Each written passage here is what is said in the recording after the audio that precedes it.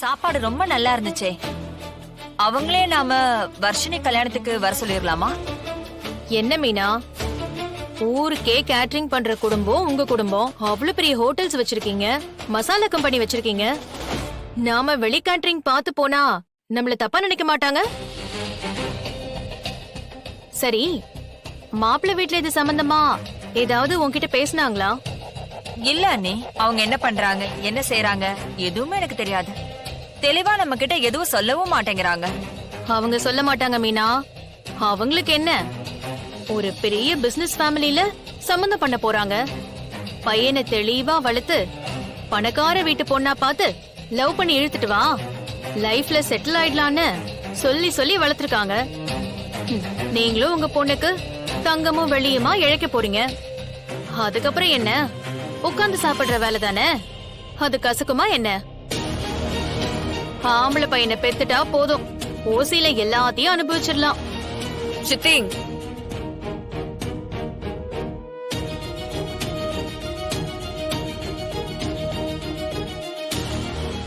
அவங்கள பத்தி முழுசா தெரியாம இப்படி தப்பாலாம் வார்த்தை விடாதீங்க.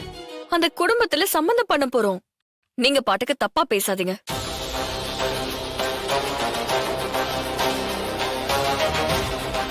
வர்ஷினி ஆசைப்பட்டானதான் நாம இது எல்லாமே பண்றோம். அதுக்காக அவங்க நம்ம கிட்ட வரதட்சணை எதிர்பார்த்துதான் கல்யாணம் பண்றாங்கன்னு நீங்க முடிவு பண்ணாதீங்க.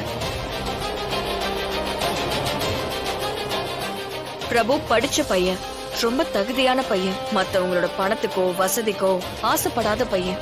இப்படி எல்லாம் அடுத்தவங்கள மட்டம் தட்டி பேசாதீங்க. என்ன இப்போ, நான் என்ன தப்பா சொல்லிட்டேன்?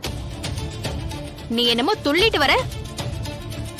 அந்த குடும்பம் நம்மளை விட வசதி கம்மி தானே. அவன் லவ் பண்றதுக்கு வேற பொண்ணா கிடைக்கல. அது எப்படி அவன் ஜனாமா பேத்தியே தான் லவ் பண்ணுவான்?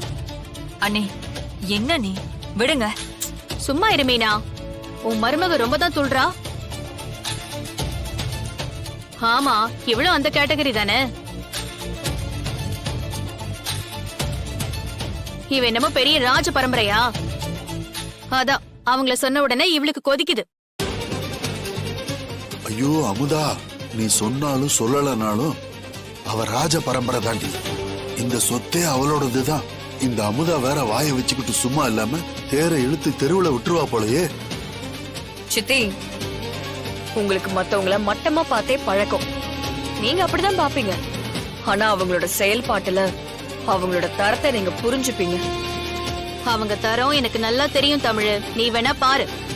அவங்க நேரா வந்து எவ்வளவு வரதட்சணை செய்வீங்கன்னு கேட்க தான் போறாங்க. அமுதா,